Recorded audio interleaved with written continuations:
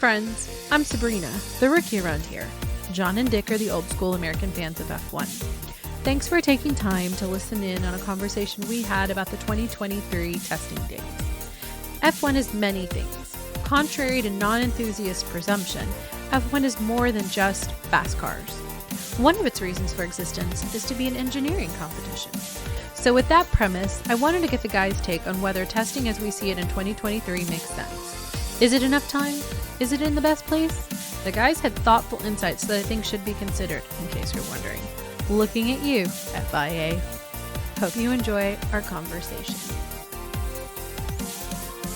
Okay, the F1 calendar starts with testing. And this year, or this calendar season, testing, guys, was at Sakir or Bahrain. And of course there would be eventually the race, but what I'd like to talk about is just a quick synopsis of testing at Bahrain. John, I'll start with you. Do you think there's enough time testing? Why or why not? I don't think you can get enough time testing. I like the old days where teams could rent a track on their own or together with another team, and they could test till their teeth fell out. It just gave them the opportunity to develop their cars, and to my mind, it was more exciting because there would be bits and pieces that come in, at the next race, and they were in some ways developing to not just generally, although that was going on, but they were developing specifically for that next race. So we're not going to get back to that with the budget cap. But that's why I would like to see more testing. I don't really think there's enough time, because what you see is if a team, and all of them will have teething problems, even Mercedes, I think this year had teething problems. And so they lose, and they don't really have, let's say, 3 days. They don't have 3 days because they've only got 2.5, 2 3/4. And it's just a lot of pressure on the team. That's fine, but I just think they need more time testing and some consideration made for that in the budget cap. That's a really good point. Let me ask you a follow-up question. Testing now also has a whole bunch of other side things that are happening those days, right? Like all the marketing and like the events. Do you think that affects that limited time and focus, or was that also happening in the earlier eras as well? No, it wasn't happening as much in the earlier eras, but it definitely, the marketing is not an expense-free category, neither in terms of capital or people. So it does distract, it takes the drivers away, and it reduces their focus, I think. So I do think that is an adverse effect on their testing. Although, these are professionals, they can do that. They have plenty of bandwidth to manage both things, but I'm sure that the drivers and the managers and engineers would rather not have the marketing events attached to these test days. Interesting. Dick, do you want to jump in if you answering the question if there's enough time testing? Yeah, I don't think there's enough time testing. I think there's always the variables. And of course, you could always make the argument of, well, if they really have everything together, then, the correlation from the wind tunnel to the actual conditions on the racetrack, there shouldn't be really much difference, blah, blah, blah, all that stuff.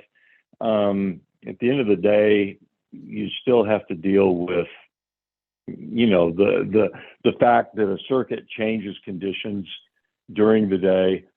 Grip levels go up, they go down, depending on did it rain overnight, whatever. And I just feel like the teams, in order to get themselves ready to go, they just need more on-track time. I mean, let's face it, it's like John, saying, 2.5 days, really? Yeah. It's just, to me, it's just not enough because, if anything, just from a driver perspective, yeah, they're in a simulator all the time. But again, you crash. Oh, I had a crash in the simulator. Whew, well, there's nothing. there's really no penalty. It's just like, hey, let's restart it and go again. And again, that's me being old school. When you crash, well, there's a penalty that goes with that, and that's part of the sport. And it's not the business; it's the sport. And so, I think you have to have more of that real behind the seat time for the drivers to be ready for the season. I mean, you can see it in the driving standards in the early part of the year. It's like they've all lost their minds, and then as the season wears on and they're back in the groove and all that, they just do a better job of it. And it's human. It's just like when you go to school and you take summer break and you come back, any teacher will say the kids are all wonky the first few weeks trying to get settled back in. Sure. So you mentioned something about weather. Do you think Bahrain is the best place for testing? And has this always been the testing location? Yeah. So it's good question. Typically in the past, it's been Barcelona, and they've wanted to be in, kind of a, quote unquote, warm weather locale. And of course, Bahrain is going to have warmer weather and probably a better shot at sunshine coming in and heating up the track, and not so that you not only have, a decent ambient temperature, but also a decent track temperature. And of course, they moved it to Bahrain since that's where the opener was. And so from a logistics standpoint, saving money, all that kind of stuff, that's pretty much why they chose Bahrain. Everybody knows that track surface is quite abrasive. One of the highly abrasive tracks on the schedule. And so to my mind, I think they would be better served to be testing at Barcelona, where the track is maybe a little bit more representative of what they'll be seeing later on in the year. But then there's the question of the weather, and there's certainly some dollars to be saved by, testing at the same place that you're going to be racing for the first race of the season. John, what do you think? Barcelona better? Yeah, I think Dick is right on all points there. The thing that they don't get in Bahrain is this problem that almost all of them, not Red Bull, are dealing with this year, and that's the issue of tire degradation, and they're struggling to understand it. And if they had more testing, and if it was in Barcelona, or if they were in multiple places, they would have a better opportunity to get to grips with that, rather than showing up at this track this weekend and taking free practice 1, 2, or whatever time they've got to try and deal with tire degradation issues and understand that and what adjustments they need to make. So Barcelona, from my point of view, would be much better, but it is less reliable in terms of the weather. You can't always rely on it being great, and Barcelona does at least have that. Bahrain, sorry. And I do think that it is valuable to test at the place where you have your first race. Well, I guess then that leads me to the question of, could there be even a third option that's not either the past or the current? Maybe it's been discussed and I just don't know it.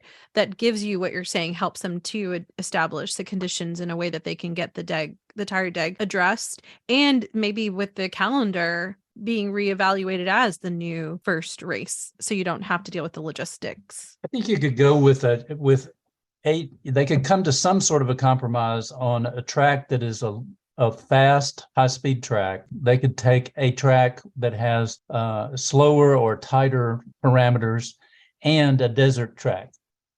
And if they did 3 tracks and they were configured like that, it would at least give them a better idea about how their car is going to handle on the 3 principal types of tracks that they're going to race on.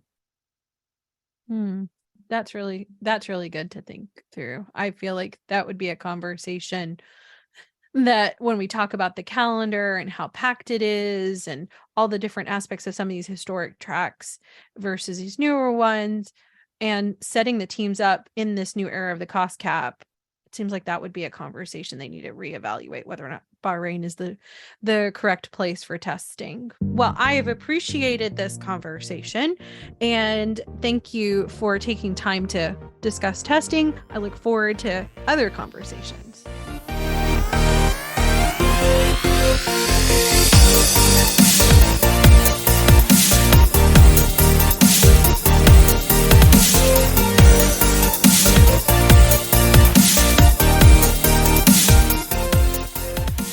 that ends this conversation.